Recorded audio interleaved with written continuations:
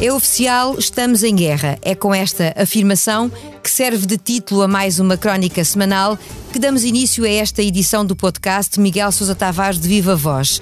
E temos muito para falar nos próximos minutos, além da guerra, do ano político perdido, do futuro incerto da TAP ou das novas formas de greve no ensino. Isto e o tradicional improviso na parte final. Vamos a isto, eu sou a Paula Santos.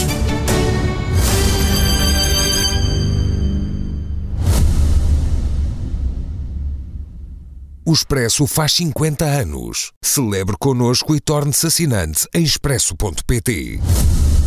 Ora viva, Miguel. Viva, Paula. Começo por citar uma frase sua que destaco do texto desta semana. Declarámos guerra à Rússia, pelo que, se um dia destes, essa fragata russa que anda pelo Mediterrâneo, à passagem por Lisboa, se lembrar de nos saudar com uns quantos mísseis, não fiquem chocados. Opta aqui, no seu texto, por recorrer a esta imagem, porventura excessiva, para manifestar a sua indignação pelo facto de Portugal ter assumido a intenção de enviar 4 tanques Leopard para a Ucrânia.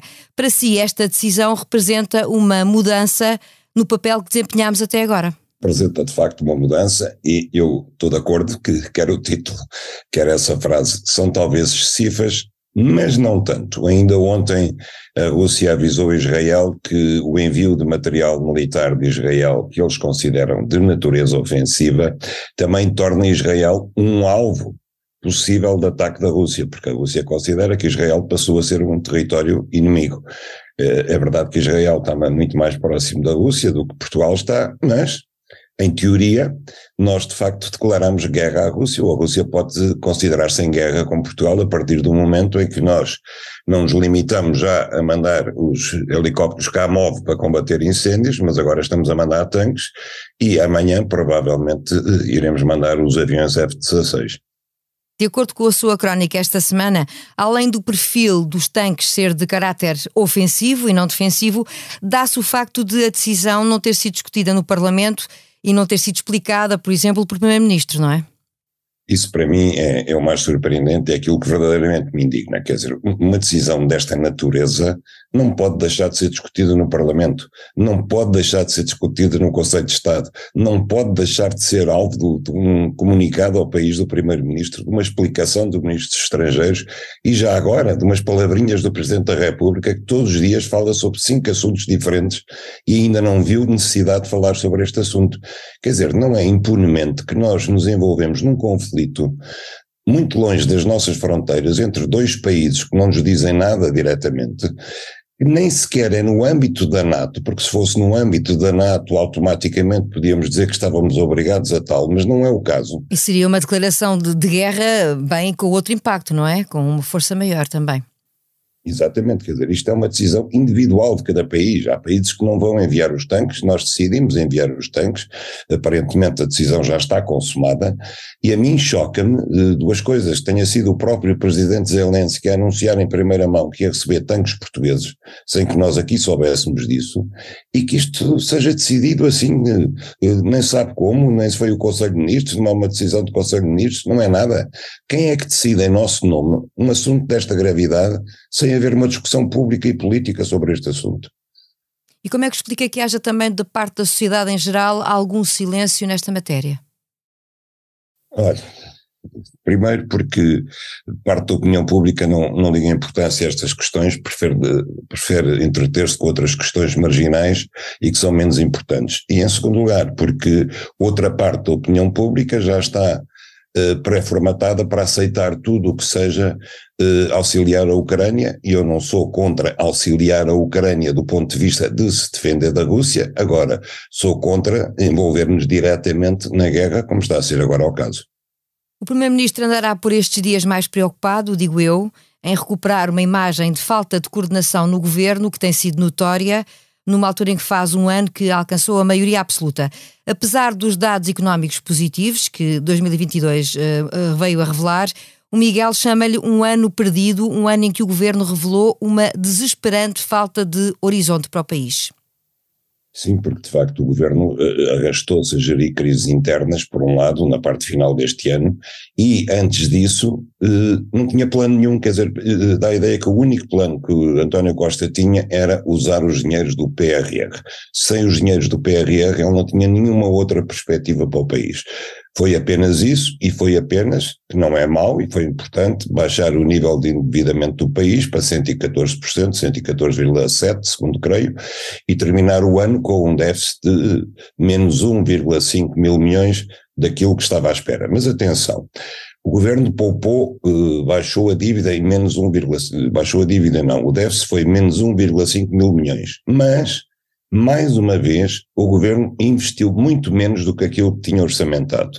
Investiu menos 2,4 mil milhões de euros, o que quer dizer que, de facto, todas as promessas de investimento do governo com vista a desenvolver a economia são sempre promessas que não são cumpridas. O governo nunca acha importante o investimento público e, neste caso, encostou-se ao investimento do PRR, que não está ainda executado, só está uma parte em execução, outra parte contratualizada e que vai ter que ser feito em contrarrelógio, nos 2 anos que faltam, para não ter investimento próprio. Portanto, aqui não há nenhum plano do governo a longo e médio prazo, com exceção talvez de uma coisa que se fala agora e que eu espero que vá mesmo para diante, que é as offshore, as eólicas em offshore, que é um projeto que é essencial para o país e que seria muito bem-vindo.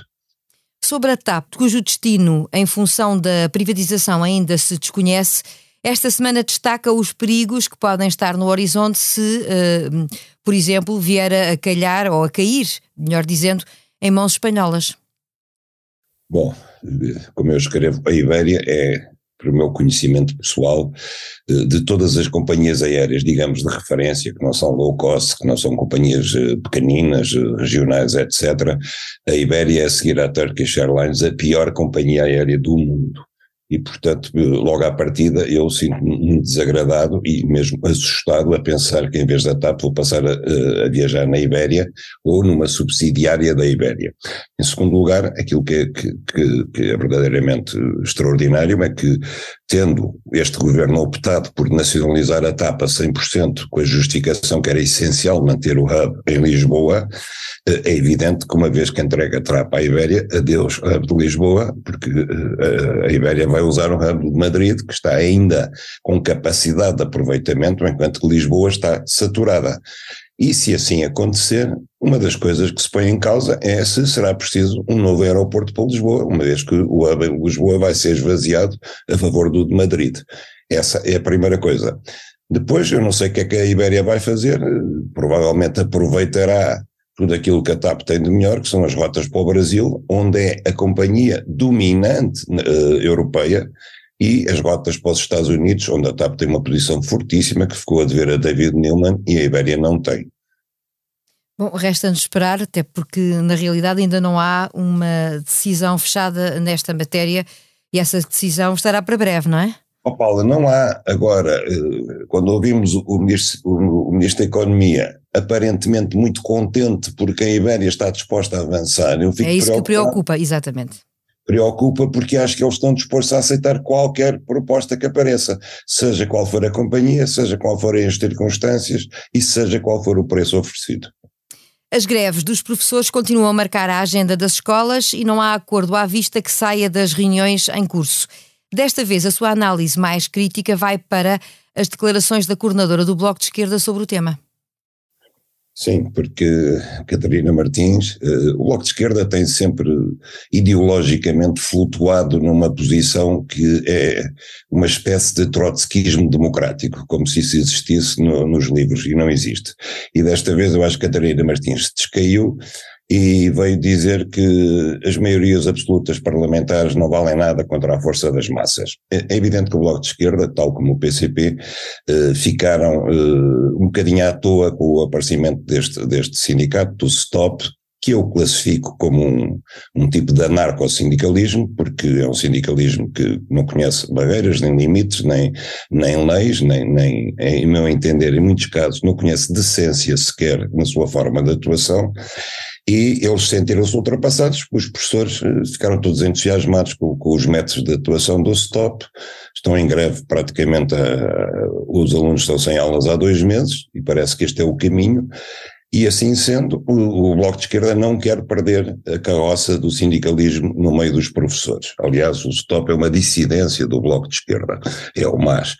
E então Catarina Martins resolveu sair-se com essa frase que a maioria absoluta nada pode contra a força das massas e que as massas fazem mexer o mundo e fazem tremer o mundo.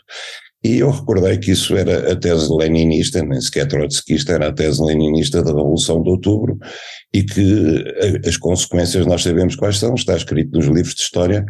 Uma vez que os leninistas, em nome das massas, tomam o poder, a primeira coisa que acaba é os parlamentos burgueses, e a seguir acaba o sindicalismo, a seguir acaba qualquer oposição.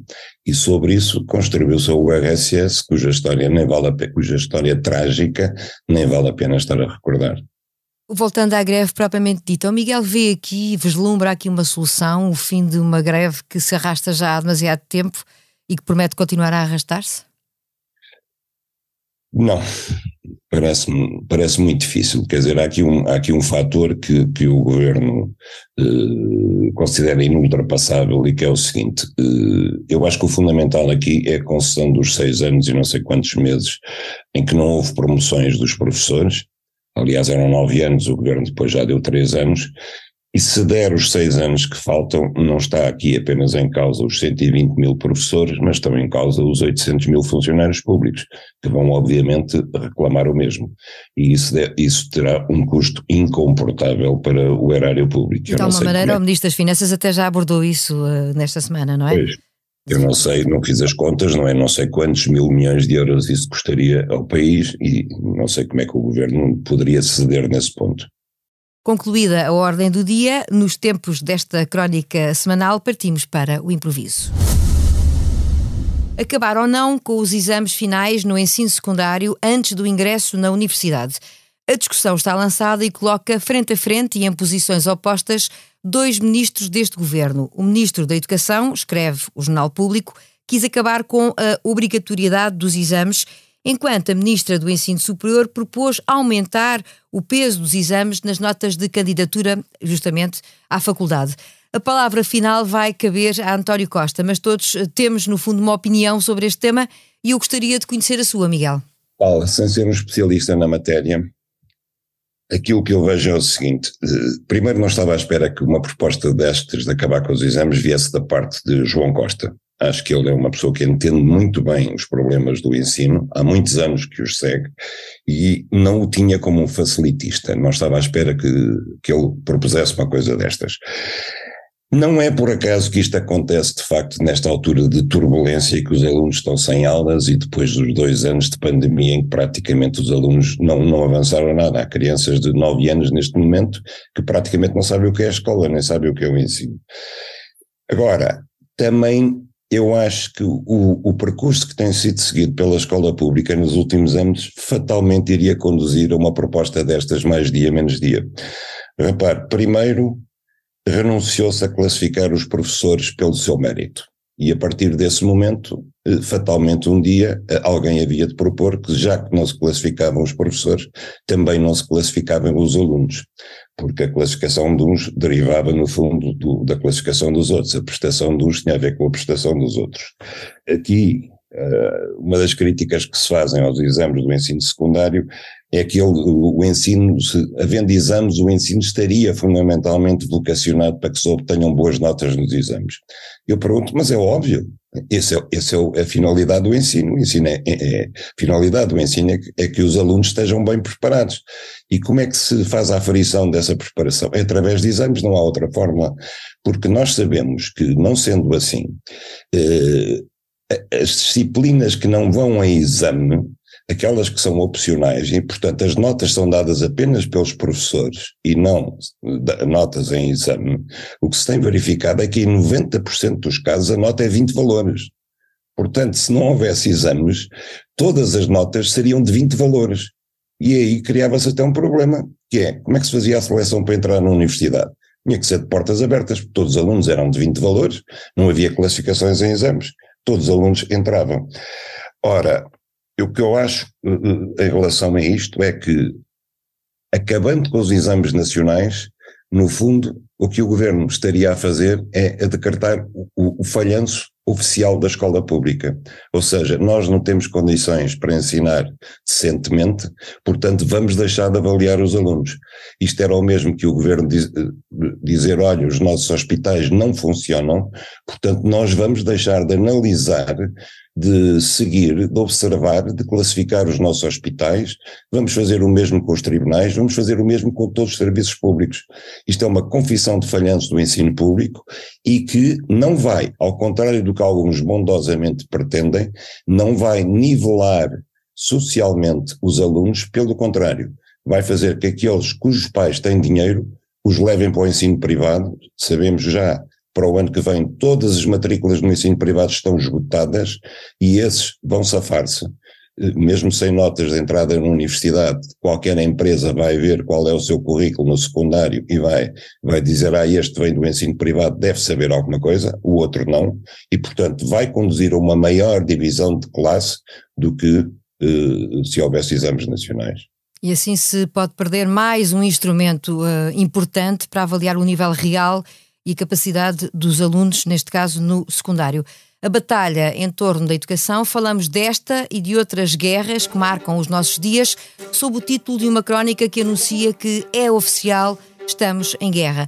A sonoplastia deste episódio esteve a cargo do João Martins. Já sabe, a opinião à sexta-feira.